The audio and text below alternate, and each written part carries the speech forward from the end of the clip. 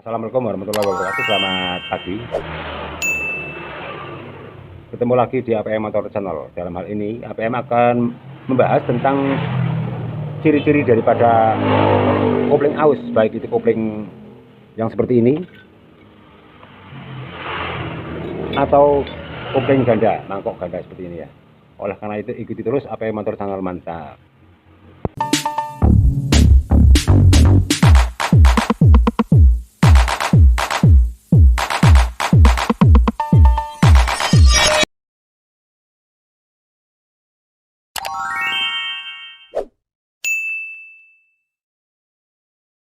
Sebelum saya meneruskan dari ciri-ciri daripada kopling aus ini ataupun mangkok ganda ini, saya akan menjelaskan tentang satu persatu mengenai kopling itu sendiri ya.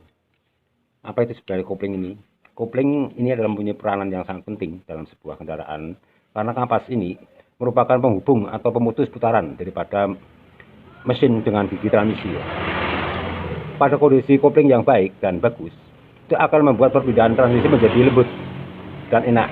Jika dengan yang sudah rusak terlalu sulit untuk suatu pemindahan gigi. Kapas kopling yang sudah aus atau mulai aus akan membuat slip saat berekselerasi. Selain itu, kampas kopling yang aus bisa membuat konsumsi daripada bahan bakar menjadi boros. Sedangkan kampas ganda ini juga sama saja, ini mempunyai peran yang sangat penting juga di dalam motor bebek ya. Ini khususnya untuk motor bebek yang menggunakan gigi transmisi. Lalu bagaimana ya untuk mengetahui kapas kopling harus segera diganti? Sebenarnya ada beberapa hal yang harus diperhatikan untuk motor-motor yang menggunakan gigi transmisi ya, jenis-jenis bebek ini. Itu ada beberapa ciri bahwa kopling ini udah mulai aus. Jadi suatu pengendara harus bisa merasakan apakah plat kopling gandanya ataupun plat koplingnya yang aus. Itu harus bisa membedakan. Soalnya kalau tidak bisa membedakan keduanya, itu nanti dalam suatu perbaikan. Dalam suatu perbaikan itu terjadi salah penggantian. Misalkan yang rusak malah kampas gandanya, kok yang diganti malah yang kampas koplingnya. Jadi di sini saya akan membedakan adanya perbedaan antara kampas kopling yang rusak ini dengan kampas ganda. Ini saya akan membahas yang kampas kopling dulu ya. Kampas ini adalah jenis kampas kopling. Kalau ini rusak itu sebenarnya banyak sekali ciri-cirinya ya. Ini salah satunya adalah saat pada pertama. Ini pada kondisi ini, bila kampas kopling sudah aus, akan memicu putaran gas akan meraung sendiri. Padahal grip daripada gas itu tidak diputar, sehingga performa motor jadi loyo dan kecepatan tidak bisa dicapai sesuai dengan keinginan. Seperti itu. Yang kedua adalah adanya slip kopling. Kampas koplingnya aus juga menyebabkan perpindahan transmisi menjadi sulit dan mengalami slip kopling saat berekselerasi, sehingga menyebabkan kecepatan berkurang dan BBM menjadi sangat boros. Di samping itu, bila kampas sudah aus, sulit memposisikan gigi pada gigi-gigi berikutnya, baik itu yang gigi kecil atau yang gigi besar. Yang ketiga adalah akselerasinya menjadi lemah. Hal ini akan terlihat dan bisa dirasakan di saat dikendarai dan saat melakukan akselerasi. Tenaga motor akan terasa berat dan ngeden untuk mencapai kecepatan tertentu, sehingga waktu yang dibutuhkan itu terasa sangat lama. Misalnya untuk mencapai kecepatan 100 meter itu bisa ditempuh hanya beberapa detik, tapi karena ada ini sudah aus, itu akan menjadi waktunya akan menjadi lebih lama. Misalnya yang dalam 100 meter bisa dicapai dengan 10 detik, itu bisa mencapai dengan 20 detik seperti itu. Itu ciri-ciri daripada kampas kopling yang ada aus. Yang satunya adalah akselerasi menjadi lemah, slip kopling, dan putaran gas tinggi sendiri walaupun grip daripada gas tidak diputar. Untuk yang berikutnya adalah mangkok ganda ya, mangkok ganda, kampas ganda seperti ini. Untuk kopling ganda biasanya banyak dimiliki oleh motor-motor dengan sistem peran ganda ini berfungsi untuk menerima putaran dari kampas ganda. Kampas ganda berputar karena gerakan daripada piston ataupun askruk yang diteruskan ke poros engkol, kemudian ke kampas ganda. Kampas ganda berputar, mengembang dan menggesek mangkok ganda, dan berputar kemudian diteruskan ke kopling dan dilanjutkan ke gearbox. Dengan gaya sentrifugal. Fungsi lain daripada mangkok ganda ini adalah untuk menghentikan atau memutus putaran mesin ketika motor dalam keadaan putaran rendah.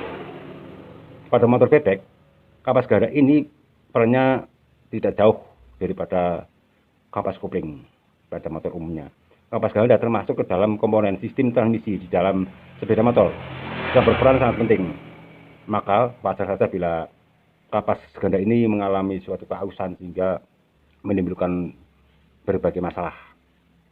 Berikutnya adalah ciri-ciri daripada mangkok ganda yang sudah rusak. Ini ada beberapa hal yang poin saja ya, antara lain ada 1, tenaga tertahan hingga timbul gredek pada putaran bawah dan gasnya terasa lama walaupun grid sudah diputar dan motor tidak mau jalan. Yang kedua adalah perpindahan gigi terasa loncat-loncat atau sulit saat pindah gigi transmisi, dan saat jalan terasa loncat-loncat dan jindal-jindal, apalagi saat ada beban yang berat. Dan saat perpindahan gigi, tenaga atau daya yang dikeluarkan itu tidak halus, jadi sedikit menghentak seperti itu. Itu dikarenakan kapas ganda menggigitnya tidak rata. Ini tidak rata dengan posisi yang ada di sini, sehingga karena ininya sudah haus, ini tekanannya di sini tidak menempel maksimal dengan erat di sini, sehingga menimbulkan suatu tenaga yang jidal-jidal saat dikendarai, apalagi sangat terasa kalau saat ada beban. Jadi seperti itu ya. Saya ulangi lagi bahwa perbedaan dari kapas ganda dan kapas kopling ini hampir sama, jalannya, cuma hanya untuk membedakan mana yang rusak atau mana yang perlu diganti. Jangan sampai terjadi suatu kesalahan dalam penggantian part. Misalkan yang rusak adalah bagian kopling seperti ini, yang tanda-tandanya sudah saya sebutkan di atas, ya harus dicek bagiannya seperti ini. Dan apalagi yang di bagian kopling ganda sini, ini juga mempunyai ciri-ciri tersendiri.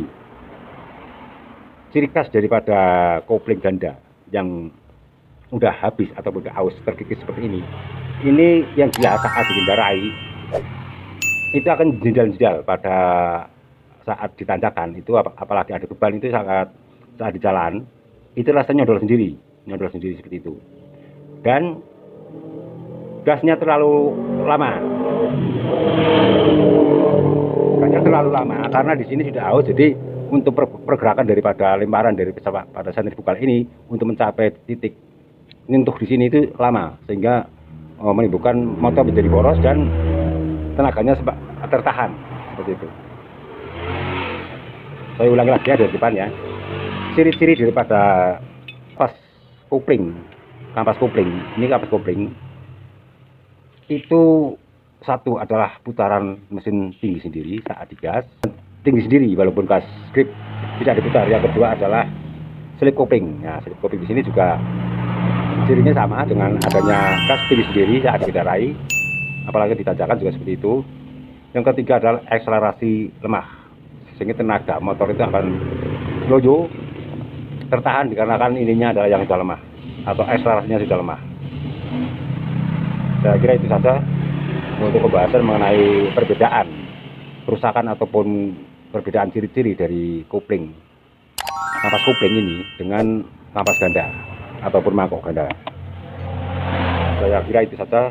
Saya akhiri. Wassalamualaikum warahmatullahi wabarakatuh. Semoga bermanfaat.